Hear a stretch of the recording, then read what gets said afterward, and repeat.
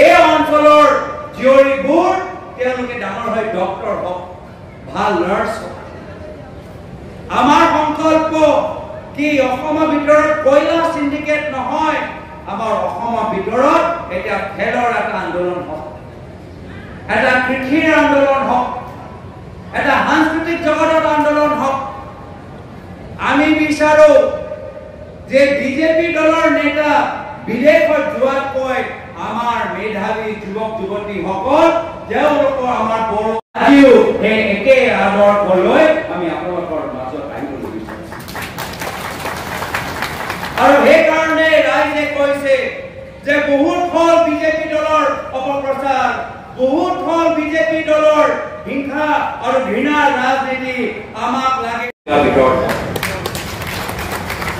আজিৰ তাৰিখত মই বিশেষ আৰু দীঘলীয়া আপোনালোকৰ মাজত মই ক'বলৈ নিবিচাৰো। শেষত মই এটাই কথা ক'বলৈ বিচাৰো যে কংগ্ৰেছ আৰু বিজেপি বাহিৰে আৰু দুইটা মূল দল এই নিৰ্বাচনী ৰণত আছে, কিন্তু আপোনালোকে এই দুইটা দল বিজেপি বি-টিম দৰে কাম কৰি আছে। এই দুইটা দলক সহায় কৰা মানে পৰৱৰ্তী দিনত বিজেপি ইয়াৰ কাউন্সিল গঠন কৰিব পাৰিব। বিজেপিয়ে গোটেইখিনি নিজৰ দলৰ ভিতৰত সোমাই লয়। এয়া হ'ল বিজেপি দলৰ পৰম্পৰা।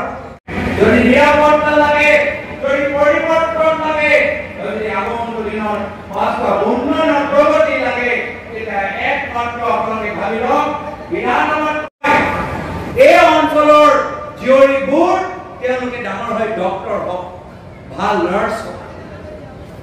আমাৰ সংকল্প কি অসমৰ ভিতৰত কয়লা সিন্ডিকেট নহয়, আমাৰ অসমৰ ভিতৰত এটা খেলৰ এটা আন্দোলন হওক, এটা কৃষিৰ আন্দোলন হওক, এটা সাংস্কৃতিক জগতৰ আন্দোলন হওক।